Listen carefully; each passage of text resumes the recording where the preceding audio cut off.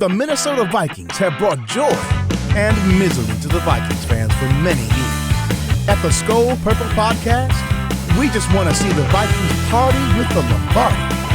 Join us for analysis, interviews, laughs, and much more.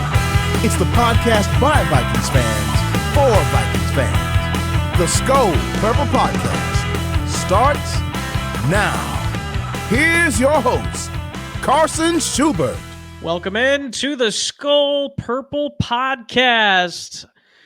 Man, it's been a minute, but we are back with David, Tony, and myself, Carson. Gentlemen, how we doing?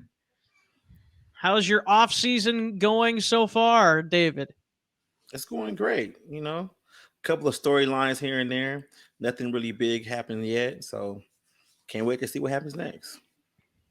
It'll be interesting to see what happens when the combine starts here in a week or so. But Tony, how about yourself, man? How you doing? How's your off season? Well. Have you recovered from the Giants' loss yet? No, I relive it every day. I actually turn it on in the middle of the night and then I just cry and I eat ice cream. It's a whole scene. It's ugly. It's been good. You know, it's been good here in Minnesota and the Twin Cities, as I'm sure it is in Iowa as well. The off season always means that spring isn't too far away. So for that, I am thankful. I'm also thankful for all of the teams in the NFL that think it's our year. You know, it is. Vikings fans have never been accused of being that team. No. So being it's that good. Fan it's base. Good. I think we're a good fan base. But you know what, Carson, David, we like to be realistic on this channel. That's what it's all about. That's right. What I always say is hope for the best, but expect the worst. Mm-hmm. Hashtag Minnesota sports. There you go. Hashtag wide left. TM. Yeah, wide left TM. That's what we should have named this podcast. Welcome to the Wide Left Podcast. We just want to rebrand it like that. We just want the Vikings to make a field goal in the postseason when it counts. Yeah. But you could do a whole show on that. That's right. This is the Pigskin Podcast Network that we're a part of. By the way, gentlemen, make sure to check them out online. They have podcasts for every team almost. They've got so many different teams you can find on the webs. So the Pigskin Podcast Network, that's probably the best sponsor that they've ever had. Read right there. So welcome to the Pigskin Interwebs. That's right. But glad to be a part of it. Glad to be back after a week of lots of stuff going on personally. So with my job, and I know you guys were busy at times last week as well. So, but we're back. We did have 2 episodes for you last week that we were here. I got to talk with Matt Anderson of Climbing the Pocket, also writes for Vikings Wire, the Daily Norseman. Please go back and check that episode out. It was a fantastic time talking with him for about half-hour chat of talking about the Senior Bowl. We talked about which Vikings players we wanted to see kept. You know what I meant. Kept, cut, and traded or whatever. So it was fun. I know we're kind of getting to a point in the off season where people are maybe like, it's kind of the dead zone between now and the combine, but get out there, watch some content. If you're hungry for content, watch my Matt chat, if you will, with Matt Anderson. So that's the last time I'll ever use that. But glad to be here with everybody. Let's go ahead and dive on in. Also, by the way, we released a short with Kevin Brown, who's been a part of the podcast in the past. He's breaking down different prospects. He'll be doing that up to the draft as well for us. So make sure to check that out and follow him on Twitter, by the way, at Kevin Brown NFL. So YouTube there you Shorts. go. Yeah, YouTube Shorts. I'm very good at starting another thought when I haven't finished the previous thought. So thank you. So, well, let's go ahead and talk briefly, gentlemen, about Red McCombs, who was the Vikings owner before the Wilfs. And by the way, he sold the Wilfs, the Vikings, for $600 million back in 2005, I believe it was. And let me just tell you, the Vikings are worth a little more than $600 million today. Mm-hmm. To say the least. But I will say, even though Red McCombs, he was a controversial figure in lots of ways, but definitely in Vikings history, considered maybe one of the worst owners in Vikings history. But nevertheless, he did help shape the Vikings into what they are now, whether we like it or not. And so we do want to take a moment to talk about that. And also, shout out to the family. Hopefully things are going okay with them. But any thoughts, gentlemen, on Red McCombs? I know, David, you didn't have much to say at the chat, but anything you want to say here? My condolences to the family. Yep. There you go. Pass it to you, Tony. Tony, you're muted. Or not. No, you're not. You're not. Well, maybe. I don't know. No. Can you hear me now? I hear you. Okay. Yeah, I share David's sentiments. Condolences to the family. R.I.P. I don't have a lot to say about Red McCombs. Obviously, I wasn't a big fan of his as an owner. Certainly, that does not mean he was not a fine man or gentleman. So I will not speak ill will of the past or passing or whatever they say. It's unfortunate that he passed. Live long life, though. If we could all wish to get to 95, I think we'd be pretty happy. So, granted, I feel like ages 85 to 95 wouldn't be that much fun. So I don't know. There's that. That's right. I agree.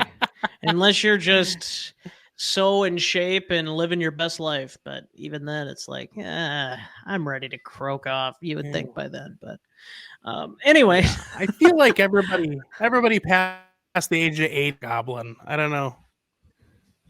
That's right. As somebody that's experienced passing the age of 80, Tony. That's right. That's right. I am the resident old man of the group. No, but it's actually me. Yeah, it probably is. David, shh, David. Don't tell him. That's right. That's right. But yeah, no, I think that's pretty much all we had to say on Red McCombs. Yeah, best wishes to the family. Condolences to the family. But he lived a long life. There you go. That's about all we got for you. But I don't know how you transition from that, but let's go talk about the final thoughts we have on Brian Flores and his hiring. He had his press conference last week. Yes, we wanted to talk about it then, but stuff and things and stuff. So, gentlemen, what are your thoughts? Let's just talk about the press conference first. I'm going to give my thoughts real quick. I think I want to say I was very impressed with his press conference. I thought he said a lot of the things I would want to hear. One of the best one-liners that he had was after somebody asked him what formation that they're going to be running, a 4-3 or a 3-4, and it was towards the end. I think it might have been the last thing. He's like, "Who we playing?" And that's the kind of answer you like to hear. And it sounds like he's going to be very aggressive. And the only thing I am just I'm just a little skeptical based on last year with Donatel, because everything sounded great for Ed Donatel last year too. He made things sound great, and this is going to be fantastic. I'm going to try all these different things, and well, it looks like he only tried about one thing and it didn't work. So, Right. Now I think Brian Flores. I don't think Brian Flores is going to be like that, but I'm just trying to temper, expect the worst, hope for the best kind of a thing. Just because, it is the way it is. But I am ultimately very excited for this hire. I thought the individual education thing, the IEP or whatever, I can't even remember what the word was, but was IEP. Individual education programs. There you go. Yep. I thought that was really cool. I think that is huge for a coach to understand that, because he said his wife is a teacher and everybody learns differently, right? So Right. I think that's why I'm excited the most for Brian Flores, because he's going to have that in his mind when he's teaching some of these rookies, saying, okay, I'm starting to understand how you see things now, and now I can tell you from that perspective how to do this. Because you can say something to somebody like Patrick Peterson, and he's going to do it right away because he knows what you're talking about. But if you say it to Cam Dantzler or Andrew Booth Jr., he might be like, "What?" So there's different levels of knowledge, obviously, in the football league, in the National Football League, but also just the way of explaining something. Like, if you explained a formation on defense to me with all the mumbo jumbo some of these coordinators use, like, I'd probably be like, I have no idea. And then, Flores would explain it to me. It's a cover 2 shell. I'd be like, oh, well, you should have just told me that. So yeah, I think that's kind of my biggest couple of takeaways there. Tony, let's hear your thoughts.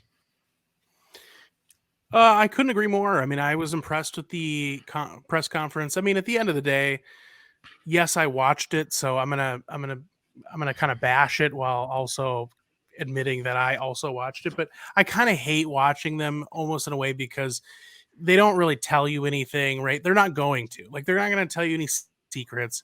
We're not really going to get to know like what they're going to do or their actual thoughts on things that are a bit more meaty or sexy for us to, kind of hear or know. So, I watched it. As far as takeaways, he said all the right things, as I expected him to do. He's a professional. He's an intelligent guy. I wasn't expecting him to slip up. It's funny, for all the flack we used to give Zimmer, and I certainly gave him a lot of flack. One nice thing about Zimmer was he actually would slip up sometimes and say some wacky stuff in press conferences, and then you're like, oh, this is actually worth watching. But I've noticed that, Kwesi, O'Connell, especially the last year, Flores looks like he'll be about the same as the rest of the front office at this point, which is, we're going to give you what we want to give you, and we're not going to give you a whole lot more. And that's okay. I'm okay with that. I like Flores. I like his resume. That's what I'm excited about. I don't think we're going to know anything until we get into the dog days of training camp. But overall, he did not say anything that raised any alarm bells. So that was good.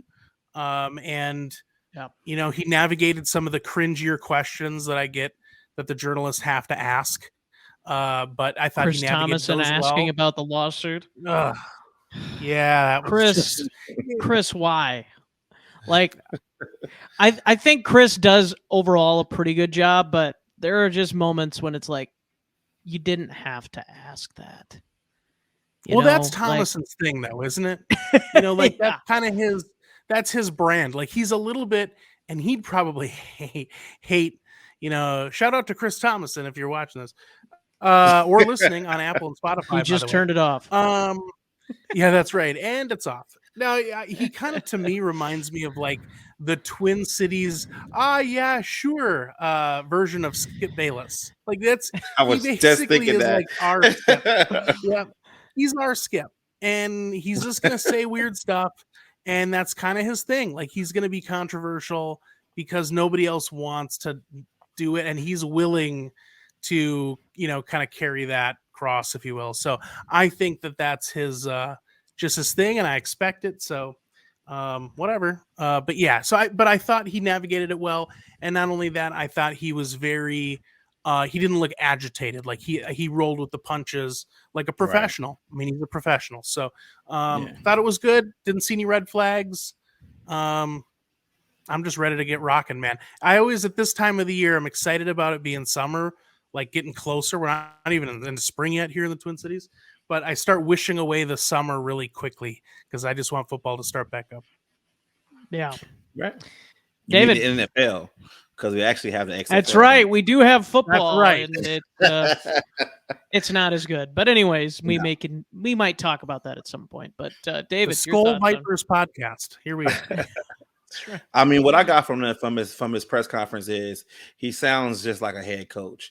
He's going to say all the right things for the media to just, play with it and give their own interpretation. He's not going to give too many clues of what he's going to do. He's going to have a little catchphrases over there. He's going to always intrigue your imagination like head coaches do, so you can keep asking questions. But what I did understand and look at his demeanor, he knows why he's here. I don't know if he's going to be here for a year or 2 years or 3 years, but he knows this is one of the worst defenses in the league. And if he actually does a good job here, he's going to be the first candidate for a lot of head coaching jobs. It's not going to be multiple interviews with different people. If he does a good job here with this defense, he knows he's going to be the top name on everybody's list.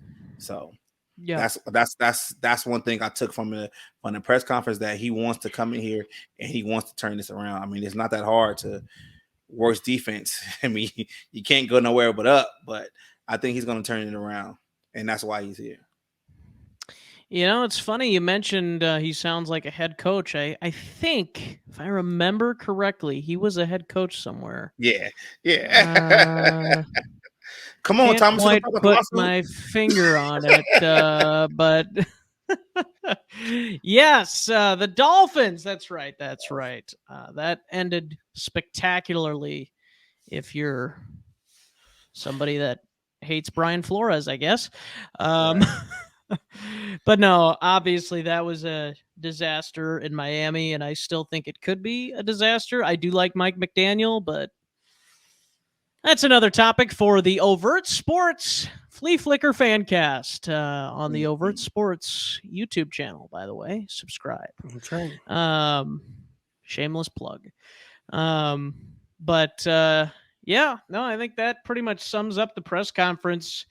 And I'm sure you probably all that are watching have probably kind of heard your thoughts and probably have heard other people talk about it already too. But yeah, not really too much more to add on that. Maybe I can talk, maybe I can't. I'm interested to get your guys' thoughts here on the defense and how Flores can turn this around and how quickly he can turn this around. And that's the question I'm going to start with. How quickly can Brian Flores turn this defense around? Let's start with you this time, David. I think the first thing is going to depend on health. I mean, you had a healthy year with Danielle Hunter last year, so he's playing 17 games. It's going to be kind of interesting to see what they do with Zadarius Smith. And with him coming in here, developing the young guys it's a must. Like he's not going to have, if Patrick Peterson comes back, or if they keep Harrison Smith, retain him, he's not going to have these guys do anything different. They're going to go back to doing what they do best. But I think the defense can actually, I think they can be top 15 defense if they can develop the young guys a little faster. If these young guys can come in there and actually contribute and not play special teams. I mean, he's done it everywhere he's went. He's done it in New England. He's done it in Miami. So developing young guys is kind of what what they brought him in here for. And the Vikings have a ton of young guys all over the defense. They got young defensive linemen. They got young defensive linebacker. They got to look at the corners. Outside of Patrick Peterson and maybe Cam Dancer, who played 3 years, all the rest of the guys are going to their second season. So you have to develop those guys there because these guys are going to play a whole lot more now. So I think it all comes down on how fast, if he can fast track these young guys to actually playing productive football. Yeah. Yep. Absolutely. Tony.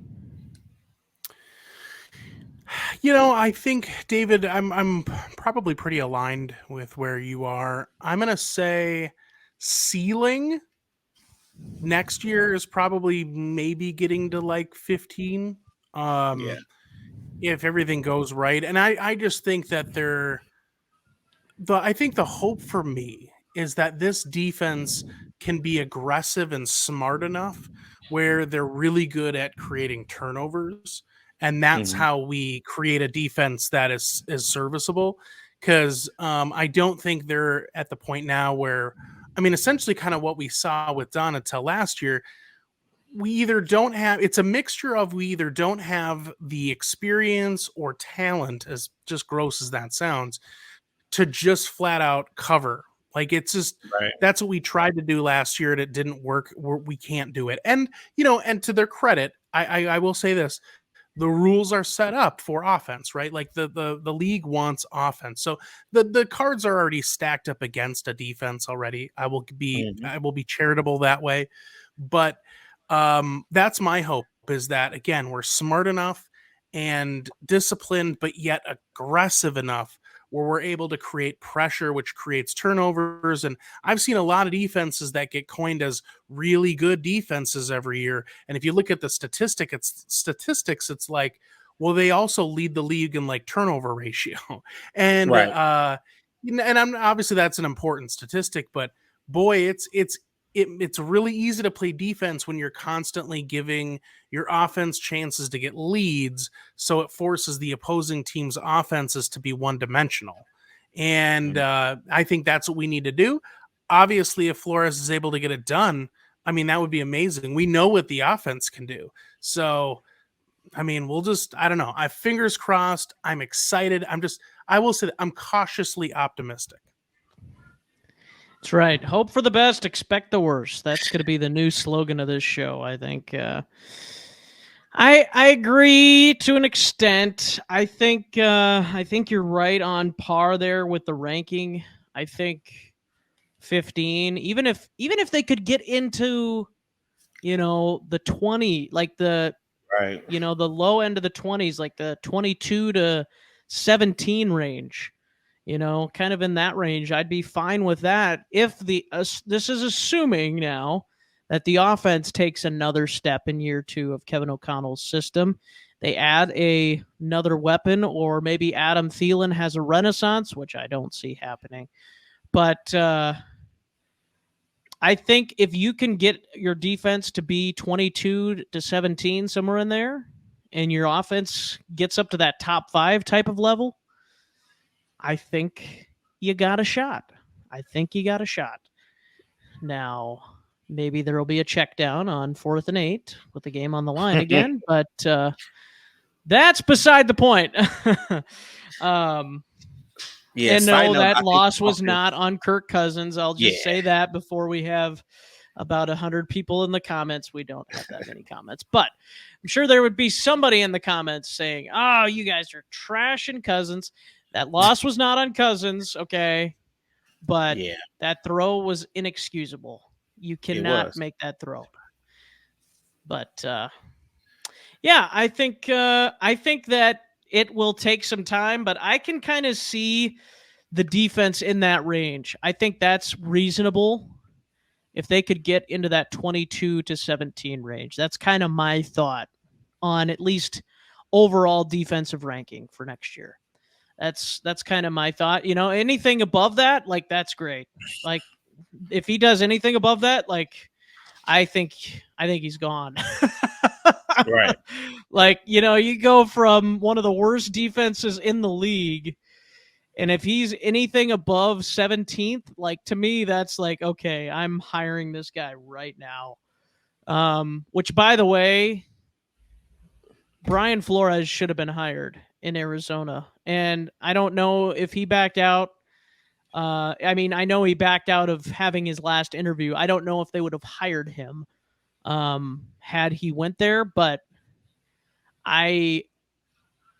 we'll talk about this more on the Overt Show, but I am not a fan of Jonathan Gannon.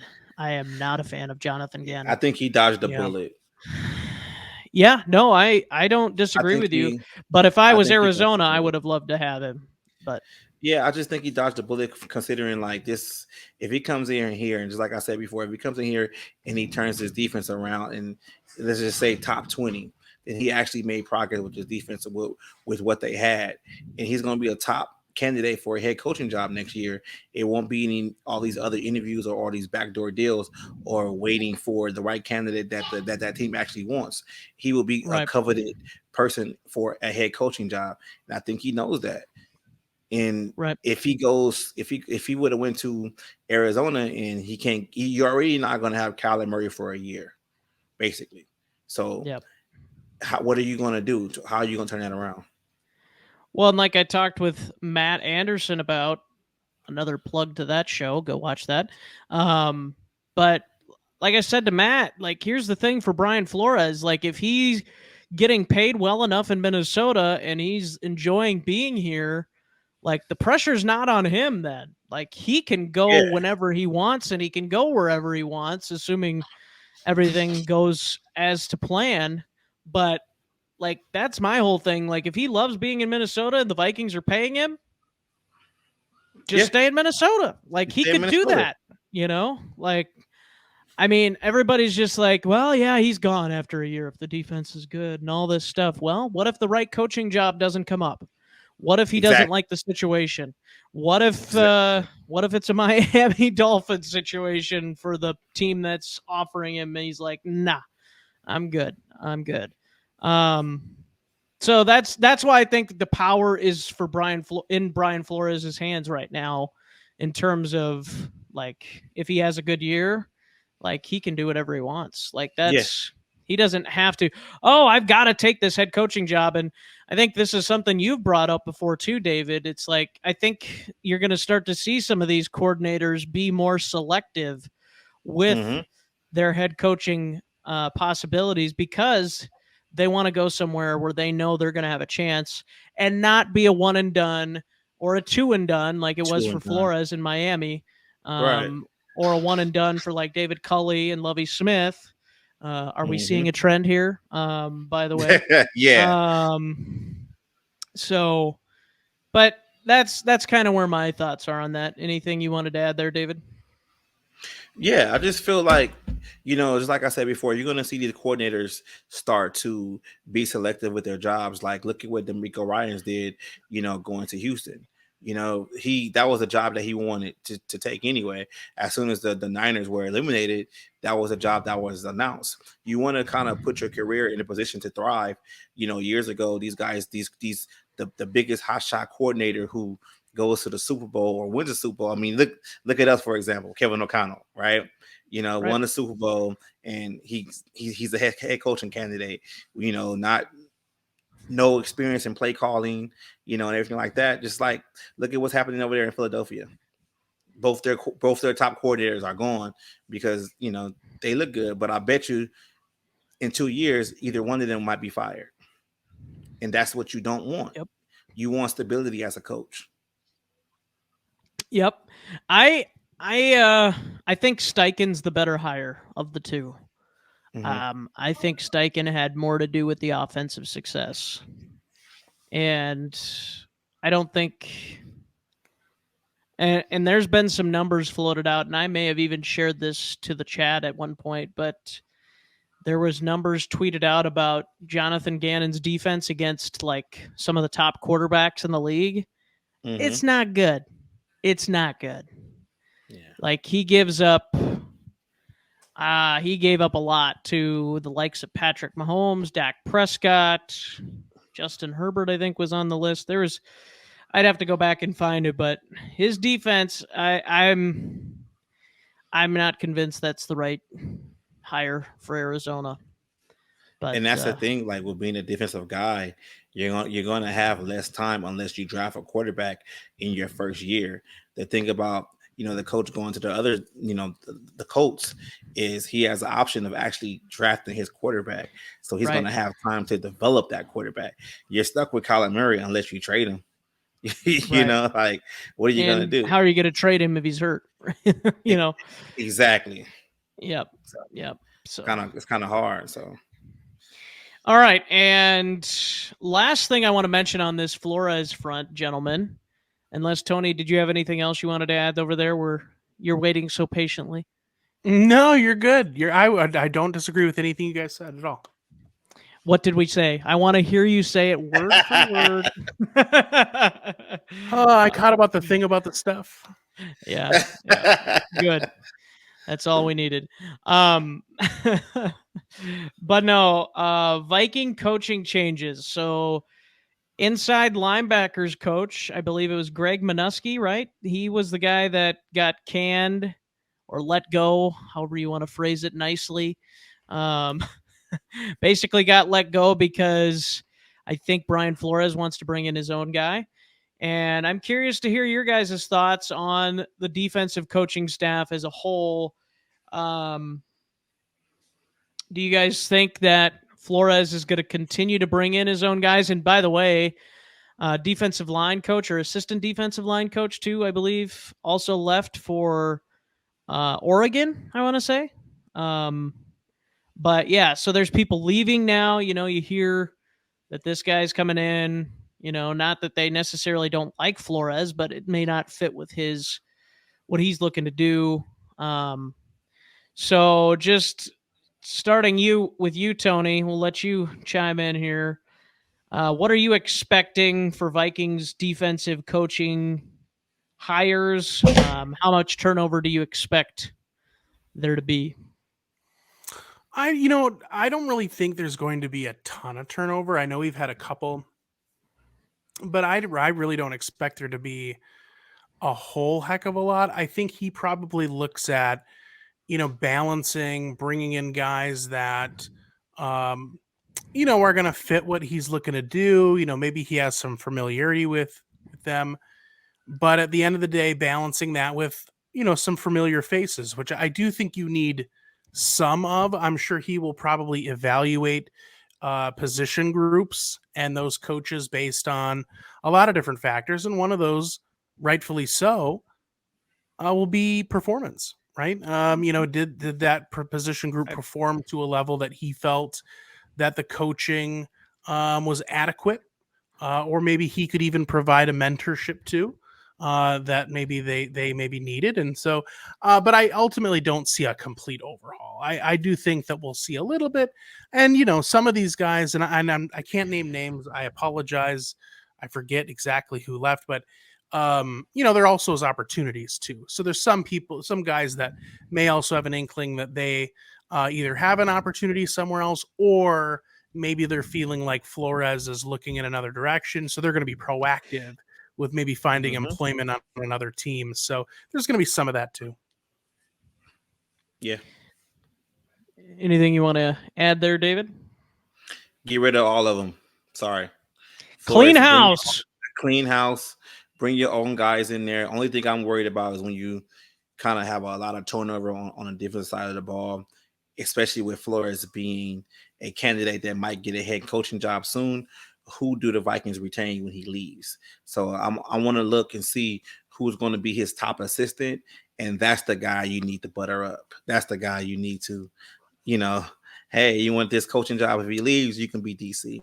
That's what I'm looking for. Is it D-line coach? Is it the linebacker coach? Is it the special, the defensive back coach?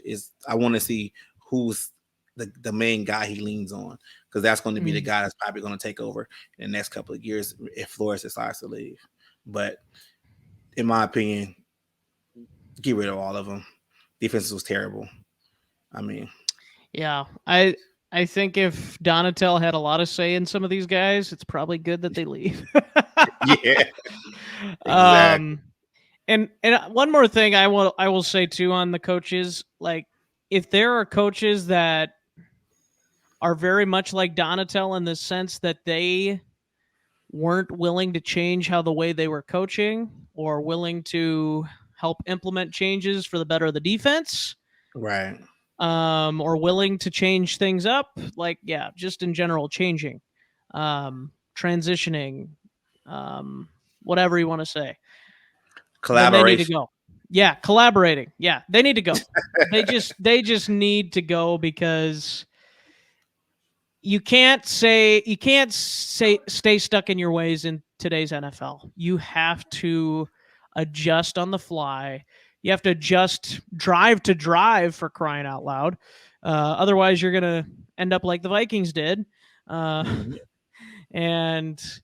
that's not what you're wanting to accomplish. So that's my thought, is make sure you get coaches in there that are okay with you saying, okay, this is a flaw that you need to correct, instead of, no, I'm good, I don't need to correct anything. Like that's one of the worst faults in a coach. If you can't correct your own self, if you can't correct the things that you're doing, how can you correct somebody else? Like that's my thought. But so quick question about that. Both of you guys, what part of the defense actually excelled this year? Well, I would say the pass rush was probably the best.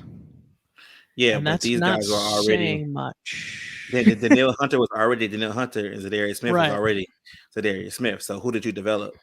Right. Nobody. No, you you're guys right. gotta go. like Cam Dancer shouldn't have made a jump.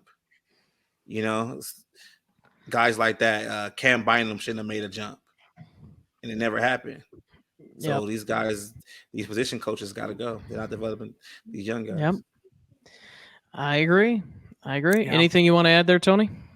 No, I don't disagree. I mean, from what I would like to see have happen and what I think they will do will, probably be two different things. I just think that when we see these changes come at a coordinator level, you don't see as much clearinghouse as you do at like an head coach level.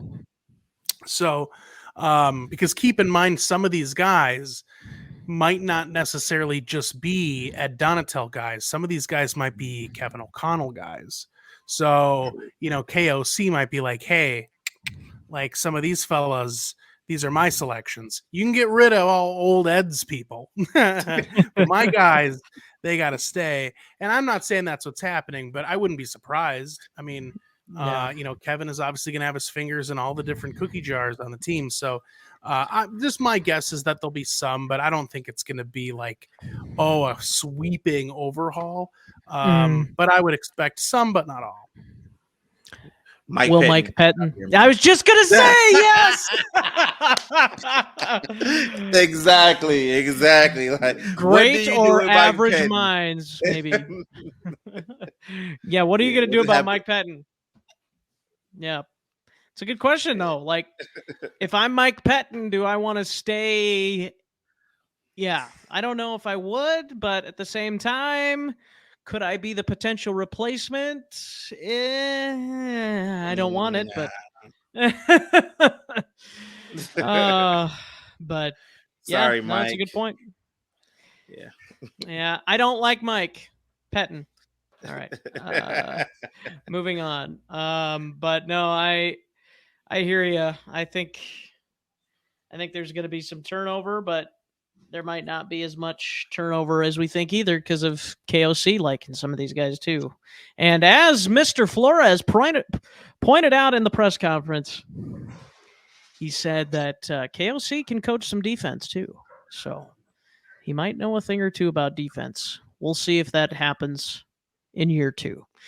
All right, gentlemen, before we continue along this beaten path of this podcast, the action never ends at DraftKings Sportsbook, especially this summer. With tons of ways to bet on all your favorite sports, you can fuel your fandom and feel the heat of the season like never before. Plus, right now, DraftKings Sportsbook is giving new customers risk-free bet up to $1,000. That's right. Make your first bet up to $1,000, and if it doesn't win, you'll get another shot to cash in. You can throw down on all the major action for baseball that's upcoming. Baseball season's right around the corner. Golf, MMA, NBA, and more. Plus, same game parlays, spreads, money lines, over-unders, and props. Your betting options feel endless. And best of all, DraftKings is safe, secure, and reliable. You can deposit and withdraw your cash whenever you want.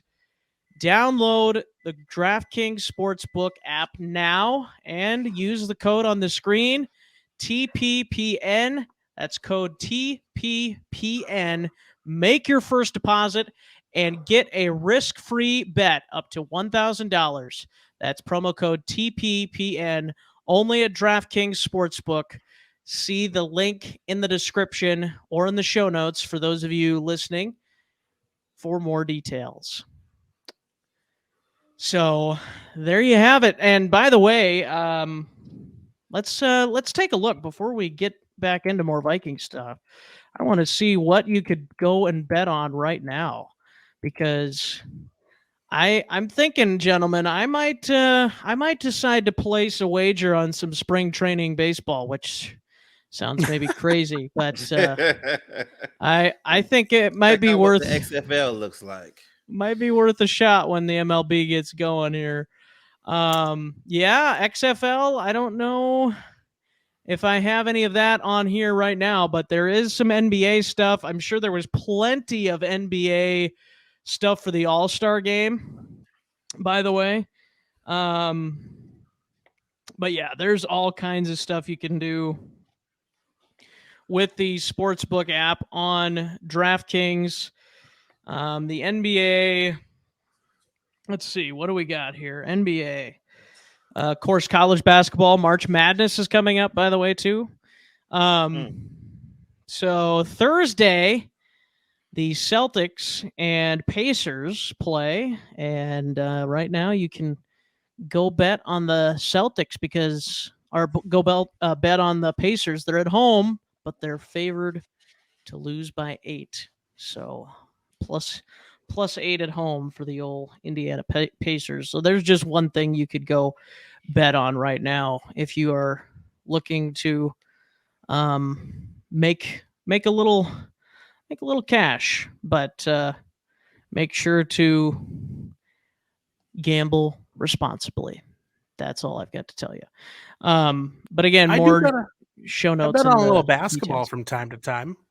Do you? There you go. There you go. So join Tony on DraftKings. Promo code TPPN. There you go. That's right. All right, gentlemen. Well, there you have it. DraftKings sponsor on the show through the Pigskin Podcast Network. And now, gentlemen, we move forward to talk about positions of need for the Minnesota Vikings going into the offseason. We've got free agency that starts in very, very few amount of days now. I haven't even looked to see exactly, but in March coming up. What a great time of year March is, by the way. You got NBA season starting to heat up for postseason. You got March Madness. You got tournaments. And you also got baseball starting, one of my favorites. And then you got, of course, as I just mentioned, NFL free agency, so, and NFL free agency might steal some of those headlines even. So, and then there's golf, which I'm not a fan, but if you like golf, you go right ahead. You go right ahead. Tony, you go right ahead. Love golf. So as we near free agency, gentlemen, let's rank the Vikings offseason needs by position. And this is something that I've heard sprinkled in a little bit here and there with draft talk and people putting out mocks and stuff. But if the Vikings especially cut Zadarius Smith, defensive line, and by the way, Dalvin Tomlinson, no guarantee he's back. Right. Defensive line is a huge need that some people just aren't even really talking about as a first-round possibility for the Vikings. Yes, corner, I get it. Yes, we'd all love to have a wide receiver too behind JJ, but are those really our top two needs? I don't think so. I think defensive line, underratedly, is probably our top need. I'm not even kidding. Like, that's the thing. You look at the teams that were just in the Super Bowl, the Philadelphia Eagles, their defensive line and the depth on that defensive line stacked. You look at the defensive line for the Chiefs. They had depth on that defensive line too. They had a young guy in Karlaftis, just a man amongst boys, and Chris Jones, phenomenal. And they had Frank Clark on the edge. They had all these guys coming in. You need depth on the defensive line. You need to be able to rotate in and out. And right now, I really don't think Zadarius Smith is coming back based on social media stuff, based on the fact he sold his house. Yes, he could live in an apartment. I get that, but he's gone. I just think he's gone. Like, he's got too much money left, I think, on his contract after this year. His health is a question mark for me. Like, I just don't see it past this year. Gentlemen, your thoughts? Yeah, I don't agree. Let me try that again. Let's start with David. I think the biggest need this offseason isn't defensive line, it isn't cornerback, it isn't wide receiver. I mean, it isn't even the kicker. It's the quarterback. Woo! And you guys know I love Kirk, but I just think this team has to really figure out what they're going to do outside of Kirk Cousins, because JJ's contract is coming, and you're going to need to have a quarterback already on the roster that's kind of developing in the background, so he can just take the reins. I mean, we talk about defensive line, but I mean, you can always sign aging veterans like a Dominican Kinsu, or, you know, all the guys that they had on the Philadelphia, you know, O-line, Linville Joseph, just as rotational pieces. But the hardest thing to get consistently in the draft or even in free agency is a quarterback. And you talked about the last two teams in the playoffs. I mean, they might have good D-lines, but what separates them from everybody else is the quarterback play. So, are you telling me, David, that Daniel Jones isn't worth $45 million a year? I almost cursed, but no, he's not. I'm just gonna say no, he's not. But I just think that the Vikings need to figure something out. You know, I like Hooker. I think you're gonna get Hendon Hooker, yeah. Yeah, I think he's gonna fall in the draft, and it's because of the injury. And if you can trade up to get him in the second round or even the third round when he's available, and sit that guy, and if KOC is the whiz kid that we think he is, you might have something there, and you might not even have to waste a first round pick on him. Right. Here's what I think. I am a huge Bryce Young fan. I think he's going to be a good quarterback at the next level. I get the height thing.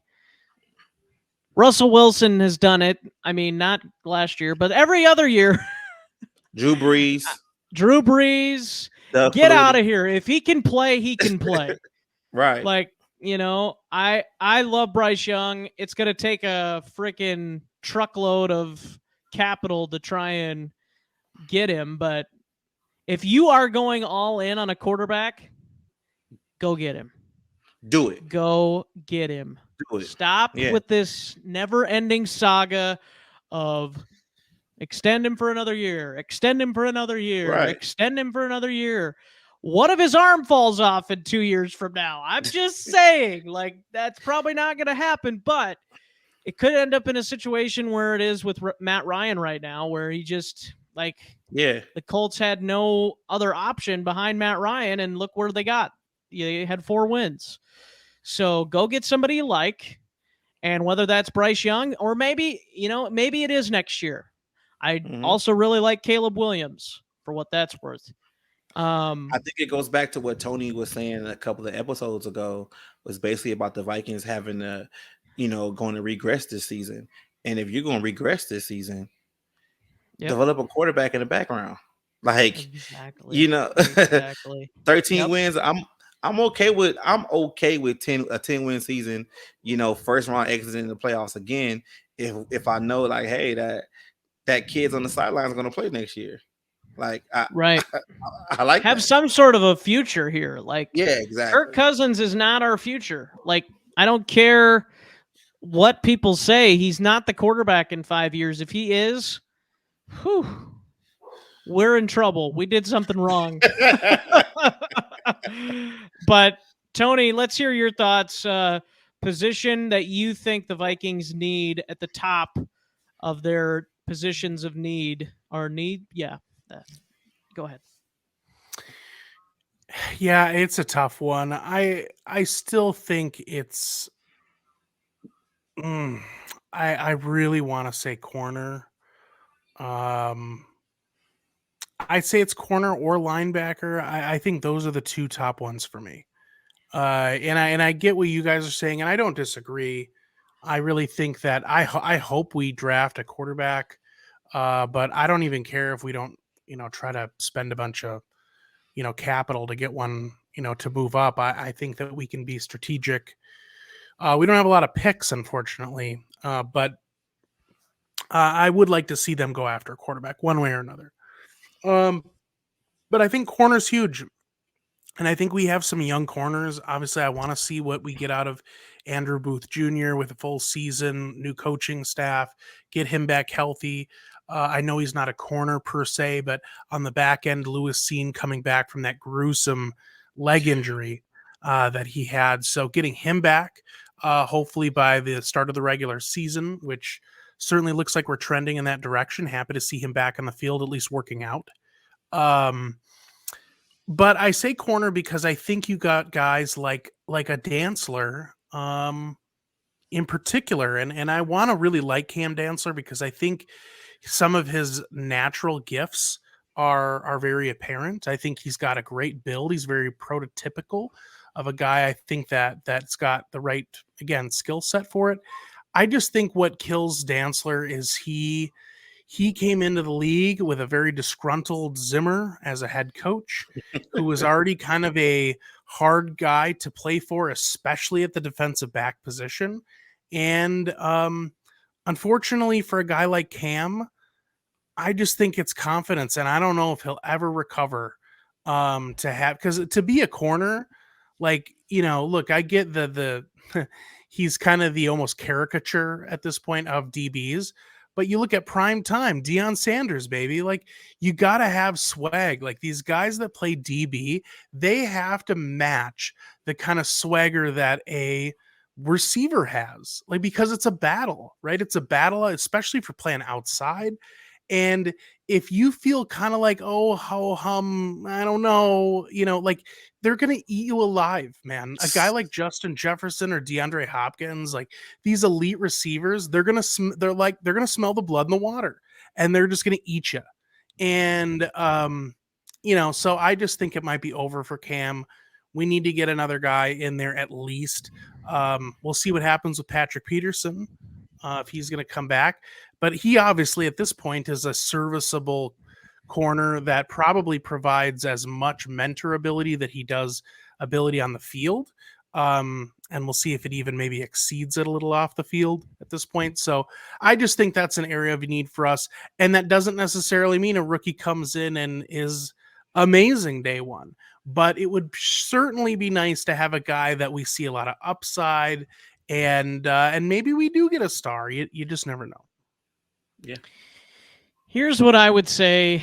I think I put the guys on the screen for the audio audience: Dantzler, Shelley, Booth Jr., and Evans. Those are the four guys who technically Shelley's not on this list, but those are the three guys who are for sure under contract for next year. So you have three guys there. Shelley could potentially come back. I would be more fond of bringing him back than Patrick Peterson. That's just my thought. But I think if you keep all three of those guys and you draft another corner, I just have a tough time seeing that. Like, what do you do with Dantzler? What do you do with a Booth Jr.? What do you do with an Evans? Like, are those two of those guys then instantly become either one of them has to go to the slot or they're backups for you? And if you spent a second-round pick on Booth Jr. and Cam Dantzler has been your starting corner pretty much the last couple of years, like, that to me is a signal that, okay, if you're drafting a first-round corner, then basically one of those guys needs to be moved because and I'm not saying it hurts to have depth. Obviously, depth is a good thing at all positions. Just look where the Vikings were this year with lack of depth. But I think if you draft a first-round corner, to me it signifies the end for Cam Dantzler, and I agree. I agree with that. I don't necessarily know if it's a great idea to get rid of him. I think there were moments when he started to shine last year, but there was also the injuries, and then there was also moments when he wasn't great. So, yeah, I don't know. It's a hard situation. I mean, Shannon Sullivan is not coming back next year, no. right? If he comes back, I'm leaving. I'm done. I will stop this podcast. I will stop being a Vikings fan if he comes back. My God, the Green Bay double bad. agent. Yeah, pretty much. He was so bad. Like, people were saying, oh, well, he's not as bad as Mac Alexander was last year. Well, actually, if you look at the PFF numbers, he was as bad, if not worse. So, yeah, don't bring him back, David. Yeah, I think Dantzler, what you can do with this, even if you don't draft a cornerback in the first round, you can always sign a big name in free agency to be your number one guy. I would like to see Dantzler get his confidence in the nickel role. He's a taller guy, a little bit more, a little slender. Majority of the guys that's playing in the slot are more small, twitchy guys anyway.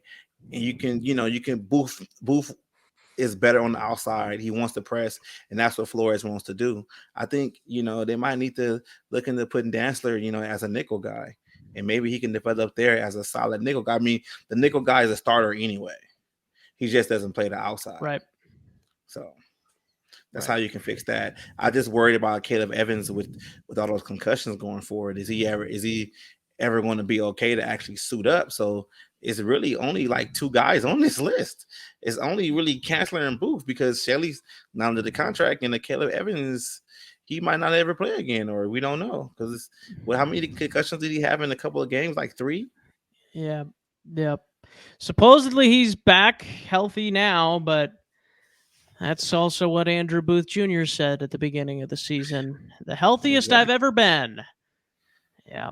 How'd that go? Yeah. So, and it sucks. It sucks because I think if both of these guys got their opportunities and were healthy for a full season, I think they could show what they're made of. But unfortunately, it's just the way it is. And as David, as you've said, as we've talked about on this show, and it's been talked about on other shows, I'm sure, the best ability is availability.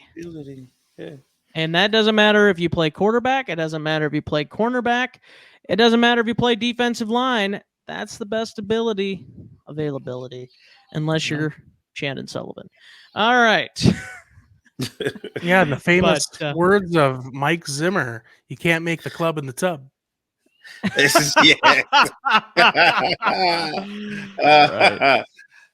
That's a classic right there. Oh, boy. So that leads us into our last topic of the day, gentlemen. Now that we've talked about position by needs by position. I guess we didn't really go into second and third and fourth. I mean, we could be here all day.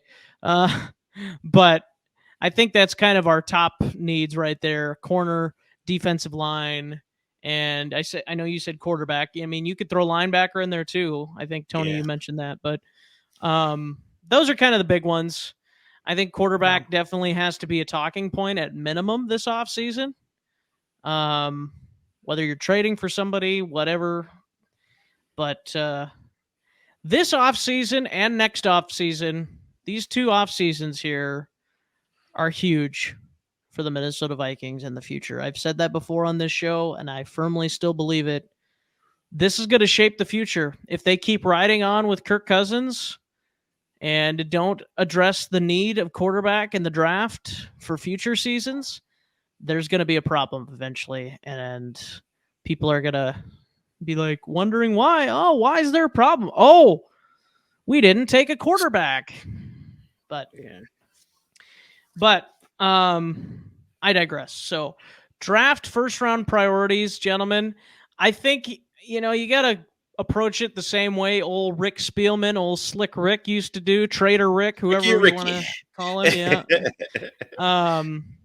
You got to go with best player available, right? Like that's the thing that I'm kind of at with the Vikings. Like, I think there are 2 to 3 places where they for sure could go and maybe should go. But I think the Vikings need to do a good enough job in free agency where they can do best player available. Where it's not, okay, well, there may have been 8 corners taken already ahead of us, but we want a corner and we need to get a corner, so we better take one now. No, you take the best player available. If it's Bijan Robinson at 23, which I'm not a big fan of drafting running backs in the first round, but a guy like that for 4 or 5 years, I'd be okay with. But I'm just saying, BPA, that's the scenario that I would be going with. I mean, obviously, yes, it would be great. You bring in a second wide receiver, a Jackson Smith-Njigba, or Jalen Hyatt. I know he's been kind of the talk lately too. Some of those guys. I don't necessarily like Quentin Johnson just because of some weird things with TCU wide receivers in the last few years, with Jalen Reagor being one. And also, if you remember, Josh Doxson from the Washington football team, or Washington Commanders now, but he didn't end up doing well, even though I'll show you how bad I am at knowing draft picks, but a lot of people were too, by the way. I was a big fan of Josh Doxson in that draft. That's who I wanted the Vikings to draft, and he didn't turn out, but neither did Laquan Treadwell. And so there you go. Yeah, I would have taken Doxson over Treadwell, though. Oh, yeah. Oh, no doubt. Me too. We all would have taken Michael Thomas over both of them now, looking back. So, yeah, but we had Josh Doxson and nothing happened. Yeah. So, where would you guys sit in this front? Tony, let's start with you. Drafting a first round quarterback, cornerback, or do you kind of lie with me in this BPA? Yeah, I'd say it's best player available. I would love for it to be one of those 3 positions. But at the end of the day, if it doesn't work out, you take the best guy available and hopefully he turns into another piece. I just think this team is player away. So at the end of the day, you just keep stacking up great players and then you see where the chips fall later on. Obviously, at some point, there is not a single team out there that doesn't draft at some point in the draft for need. Like this thought of like, no, we just always take the best player that's on our board every time. Like any team that does that is probably, that's probably the Browns. But every team. Shout out Kevin Stefanski. it's just that you draft for need probably, past the second round. So, yeah, I'm fine with them taking the best player available. I know a lot of Vikings out there want to see us draft a receiver, and I would, look, that's a sexy pick. Anytime you're talking about position players, quarterback, receiver, running back, these are sexy positions. And it's fun to get excited about them. But I hope they don't. I hope they don't draft a wide receiver. I just think that there are bigger areas of need, and I feel like as good as the offense can be, that until the defense is somewhat serviceable, it doesn't matter. So to me, it's kind of like, unless you're talking O-line, I think it's just got to be defense or maybe quarterback if there's a special guy, if there's a special guy there. I agree. Anthony Richardson. That's the guy. I said it a couple of weeks ago Falls before the to 23. But I think you guys are 100% right. I would go best player available, and if the best player available is at a position that you really wouldn't feel like, say the best player available is a tackle. I mean, you're not going to draft another first round tackle. You already have two good tackles. Then you trade back. And I say, then you trade back and get more draft picks. Do it and build that tackle depth, baby.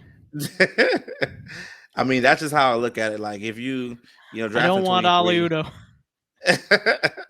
I mean, he'd be a good backup, but the Vikings are. He actually didn't do too bad. He wasn't too bad. He's a better tackle. Position. He's a better tackle. Position where there is an overabundance of talent and like a position group or a couple of position groups. So, if they're targeting DB, from everything I've heard, this is a very deep defensive back class. So if they feel like they can trade back and get more capital, they could probably get a lot of value in the second or third round still. Right. And that's exactly right. And I've heard that by multiple draft experts, I want to say. Draft experts that say that these cornerbacks, it's loaded. Like, it is loaded. So I'm right with you, Tony. I would wait till at least day 2, if not day 3, to draft a corner. And I am more online with taking a corner in free agency. I think that's because do we really need another young, just raw talent at corner at this point? Like, to me, it's like bring in a Byron Murphy, bring in a Jamel Dean, bring in somebody that's got experience, but that's not 30s like Patrick Peterson, that still has some speed left. I mean, like all respect due to Patrick Peterson. He played well this year, but he also played well in a scheme that was tailored to him. And that's probably a part of the reason. Scheme. Yeah. And that's probably part of the reason why the rest of the thing didn't work out so well. Not a lot of tread left on the tire. Right. No. So, but that's where I'm at. But yeah, no, I would put, unless the corners continue to fall early, but even then, like I said, if you're just taking a corner to take a corner, then that's not a good way to go about it either. Right. So. Yeah, I'm just thinking like best player available, and if this is at a position that you already have filled, trade back and get more draft picks. It's a deep cornerback draft, and just like you guys said, I would rather them go in free agency and sign a good consistent corner on this second contract, to be the number 1 corner versus these young guys. Here's the thing, David. I know you said don't draft a tackle, but here's another thing that we got to talk about. Brian O'Neill, is he going to be ready? Yeah. Is he going to be ready for the first week? We don't know. That's the thing with big guys like me, except even bigger than me, height-wise, at least. It's a little harder to overcome those lower body injuries for the big guys. So, And, I'm not saying he won't come back, and I'm not saying he won't be good again, but that not only do you have to worry about, okay, is he going to be back for training camp and for the beginning of the season, but you also have to worry about, is he going to be nearly as good as what he was before the injury? Right. Yeah, that's my whole thing. Like, here's what I don't want the Vikings to go through the rest of time doing is, okay, we've got this position filled. Let's not worry about it for 5 to 10 years. Oh, now he's gone. Huh. That's weird how that happens. Or now he got hurt. Now we don't have depth, So that's just where I'm at. Don't be like, yes, you don't want to draft 3 tackles just to have depth or whatever, but at the same time, like, don't totally ignore it because it could come back to bite you someday. True. And it's that's where I'm kind of at with it. But I got a crazy idea for you guys. All right. So let's say that the Vikings at 23 trade down, do whatever they do. They get more draft picks, right? They take a quarterback in maybe the second round with one of those picks. It's a hooker, maybe, right? So they do that. This is Adam Thielen's probably last season, right? Or he's going to get traded. We don't know what's going to happen. Next year's draft, you trade up for Marvin Harrison Jr. Oh, my gosh.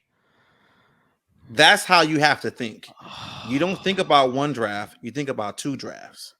Because if you want to draft a wide receiver, that's the guy you need to pair with JJ. And you already imagine? Have a young quarterback. Yeah, can you imagine drafting the quarterback this year? Or maybe the Vikings just trade all their picks this year. Don't draft anybody. They trade it all for next year and draft Caleb Williams and your guy, Marvin Harrison Jr. Yeah. Oh, my gosh, dude. He is going to be a problem. Yeah, just like his dad. Yeah, and I think he's even going to be better than his dad. I think he's I don't probably know about that yet. Well, I obviously got to prove it. Obviously, got to prove it. But yeah, his dad was something to watch. I don't know what Marvin Sr. ran, but I am going to guess that his son's a little faster than him. Yeah, that's just my thought. When is Arch Manning getting drafted? Maybe those two could be a tandem. I think he's going to be a freshman, I want to say, in college. Oh, see, we could get Arch Manning in, like say 3 years from now, 2 years since Archie worked out so well. Yeah, and then get the Manning Harrison connection again. That's right. Yeah. So is that that's not one of the brothers, is it? It's one of it is, or it is. No, that's his nephew. His nephew. That's right. Yeah, that's his nephew. That's the oldest son's kid. And he's supposed to be the best one of all of them, right? Yeah, the best one is Eli, man. Come on now. Whoa. Did I just hear some Peyton slander on here? I love Peyton, but I know Peyton's mechanically is better. He makes better decisions. But I won't hear it. When Eli's slinging it, there's no one better. Get those Plaxico Burress out routes.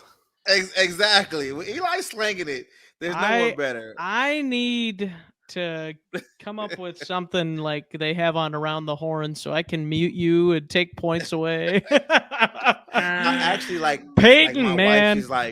Wife, she's like, I've never seen Eli play. So I showed her like his Super Bowl runs and explained to her like these guys were wild card teams. And she's like, he's just out there slinging. I said, yeah, that's what Eli didn't care. Yeah. But here's the thing: Peyton did it all the time. Eli did it for basically 2 years. Like 2 years. Yeah, that's my thing. Like, yes, those 2 years were really good, but Peyton did it for many, many years at a high level, and there was very teams. One time, well, twice actually. He beat Brady on the way to the Super Bowl. He beat him when the Colts won it against the Bears, and then they also, when the Broncos didn't he with the Broncos beat the Patriots as well?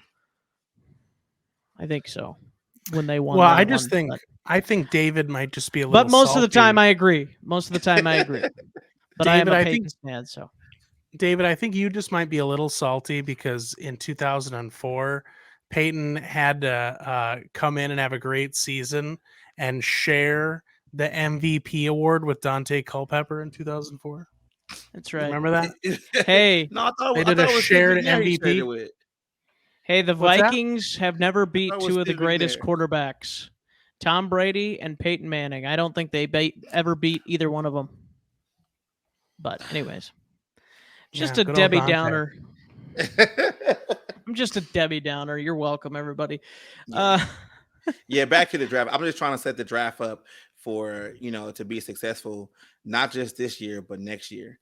Because just like Tony said before, if the Vikings are going to regress this year, the best thing you need to do is go best player available and get more picks and develop the talent that you're going to need to play in the next couple of years. Because these older guys are not going to be on this team too much longer. And just like you said, Carson, with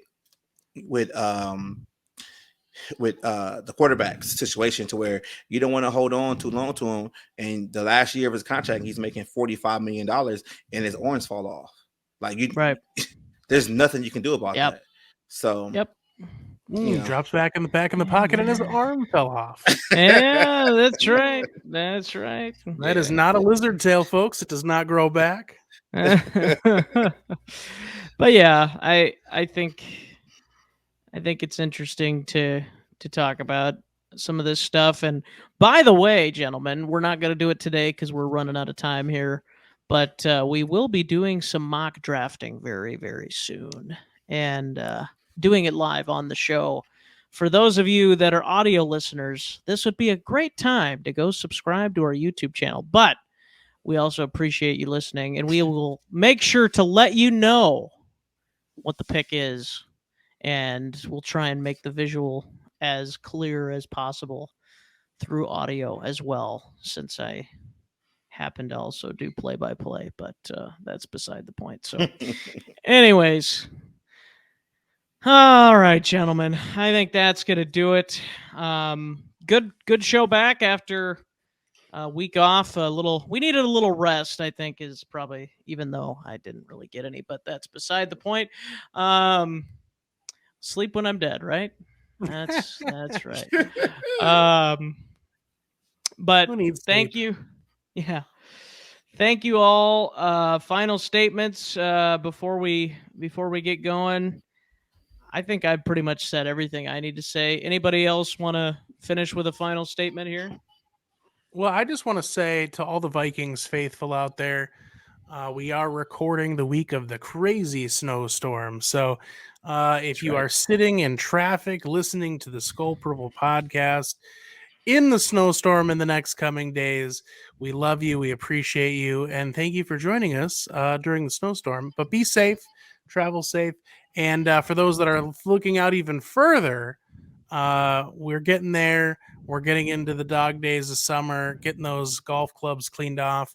And certainly make sure to check back with us weekly here on the podcast, because even though it's the off season, we're still going to be pumping out content that's new and noteworthy. And we're just excited. I'm not wishing away the summer, but we're excited about the Vikings in 2023. Yeah, we don't want this weather again too quick, Tony. And then David, in his California breeze and shorts and 75-degree weather. David, any final words from you? I think we said everything already. I mean, let's just wait and see how everything unfolds. All right. I think next time, let's write it down, gentlemen. We are going to do a mock draft on our next episode. I'm calling it. I'm making that statement. We're going to do it live. Let's do it. So that's coming up next week. We'll be doing that. So don't you go anywhere. Mock draft, so much fun. I've also played with the cap calculator on the website, on the webs. I've said that before, on the webs. So that's fun too, by the way. If you're If you're not a math person like I'm not, it's a little easier for the cap calculator to try and do that. But that's going to do it, gentlemen. Before I keep rambling, and as always, thank you, by the way, to the Pigskin Podcast Network for having us. And thank you for watching and listening. And as I said, as always, Skol. Skol.